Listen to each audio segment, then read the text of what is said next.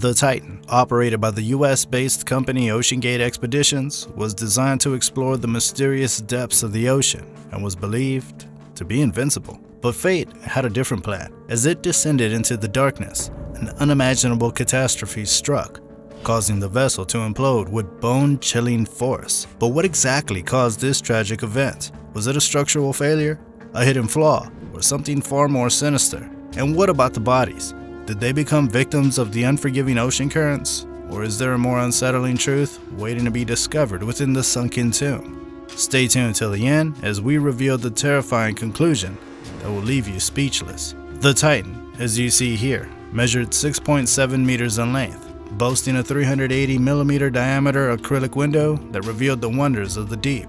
Originally rated for a depth of 6,000 meters, the hull was downgraded to 3,000 meters in 2020, then rebuilt in the following year. Surprisingly, the carbon fiber used in its construction was sourced at a discounted rate from Boeing, known for its stringent standards and aviation. A haunting decision, some might say.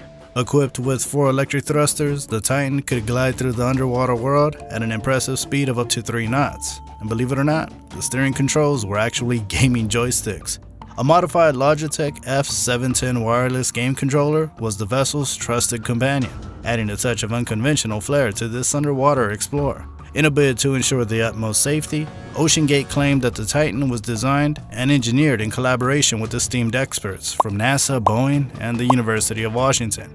However, the truth would later emerge that the University of Washington's Applied Physics Laboratory disavowed any connection to the Titan's design, engineering, or testing. But the surprises didn't stop there. Boeing and NASA, usually admired for their thorough approach to research and development, revealed an unsettling revelation. While NASA's Marshall Space Flight Center did have a Space Act agreement with OceanGate, it had not actively participated in testing or manufacturing through its workforce or facilities, a disturbing revelation indeed. The Titan submersible carried the hopes and lives of 5 brave individuals who trusted in its capabilities, equipped with monitoring systems to assess the strength of the hull, and a life support system designed to sustain its occupants for a staggering 96 hours. It seemed like a voyage of exploration that would end in triumph. However, fate had other plans. Though GPS signals did not penetrate the depths of the ocean, a support ship closely monitored the Titan's position in relation to its target, sending crucial updates via text messages. Yet, even with these precautions, tragedy struck. 5 lives were lost as the Titan mysteriously vanished in 2023, leaving a void of questions and heartache in its wake. The Titan boasted an array of 7 emergency systems, including ballast, a balloon, and thrusters. Some of these systems were even designed to activate if the crew fell unconscious. Sandbags, held by hooks, were meant to dissolve after a specific time, releasing the ballast and triggering an ascent. Should the vessel not rise automatically, those inside could help by tilting the ship or utilizing a pneumatic pump to loosen the weights. So then what went wrong? How did the backup systems fail to save these brave souls?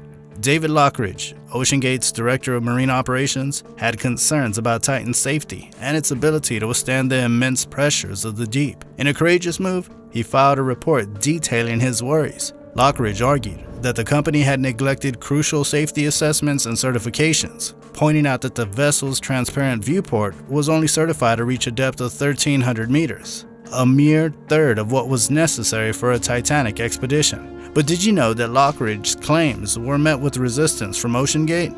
They sued him for breaching his confidentiality contract, accusing him of making fraudulent statements. But Lockridge stood his ground, claiming he had been wrongfully terminated as a whistleblower. According to OceanGate's archived website, the Titan carried a pilot, in this case, Stockton Rush, 3 paying passengers, in this case, Hamish Harding, Shahzada Dawood and his son Suleiman, and a content specialist versed on the Titanic, in this case, Paul Henry Nargelet. On the 16th of June, the research and expedition ship MV Polar Prince set sail from St. John's, Newfoundland, carrying the eager explorers on their journey to the Titanic.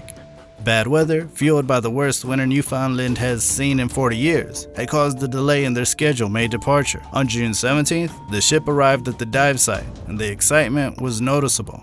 Hamish Harding shared the news on social media, mentioning that they would attempt their dive the following day. Little did they know that this would be their only chance due to the unpredictable weather conditions. The day of the dive, June 18th, arrived, and Titan began its descent into the depths.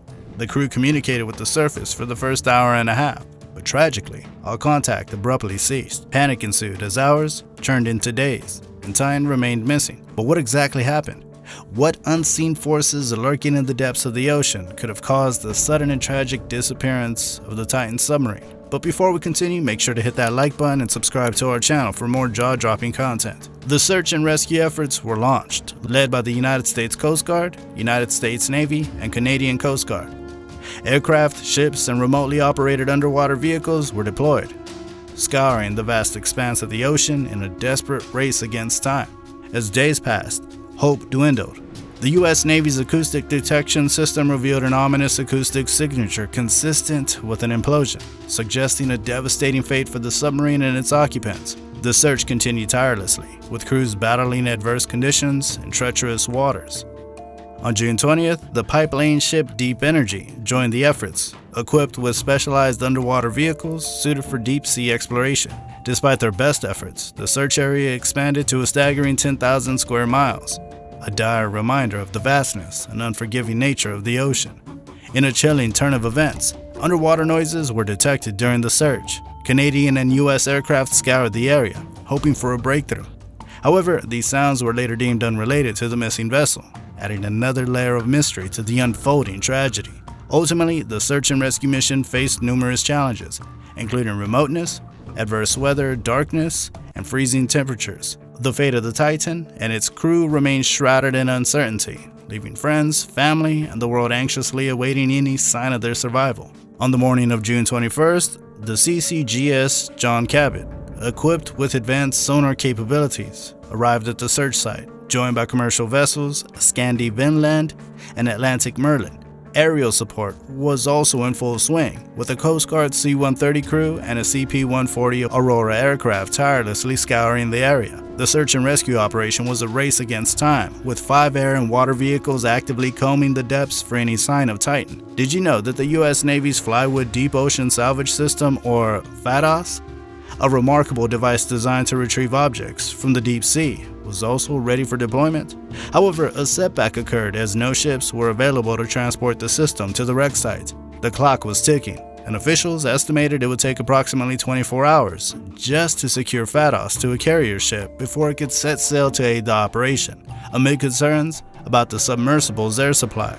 If it remained intact, the U.S. Coast Guard made it highly clear that this was a search and rescue mission above all else, demonstrating their unwavering commitment to saving lives. In a remarkable turn of events, the Canadian-flagged offshore tug MV Horizon Arctic deployed an Odysseus 6K ROV to the seafloor. Simultaneously, the French RV Atalante unleashed its ROV Victor 6000, capable of reaching staggering depths of 6,000 meters. The underwater search was underway, and hopes were high. Then, on June 22nd, a moment of heartbreak struck. The U.S. Coast Guard's Northeast Sector announced the discovery of a debris field near the wreckage site. Tragically, this debris was confirmed to be part of Titan. During an emotional press conference, it was revealed that the submersible had experienced a catastrophic implosion of its pressure chamber, and all the passengers were declared killed. The found debris included the tail cone, which was not part of the pressure vessel, and the forward and aft end bells, crucial components designed to shield the crew from the harsh ocean environment. According to Rear Admiral John Mauger of the U.S. Coast Guard, the debris field was concentrated in 2 distinct areas, with the aft and end bells separated from the front end bell and the tail cone. The situation was grave, and the Admiral stated that recovering the bodies of those aboard Titan remained uncertain, reminding us of the unforgiving nature of the deep sea. As the investigation continued, Pelagic Research Services, fearless of the challenges, initiated a new mission to the Titan debris field. They dispatched the Odysseus 6K ROV, which remarkably reached the site in just 1 hour. However, it was disheartening to learn that the debris from Titan was too heavy for Pelagic's ROV to lift, necessitating a future recovery operation. Titan's story serves as a heartbreaking warning of the dangers lurking beneath the surface. It serves as a reminder that even the most daring endeavors can have disastrous consequences. What are your theories about the cause of the submarine's implosion? And how do you think such tragedies can be prevented in the future? Leave your answers in the comment section below. Thank you for watching. We'll see you guys soon.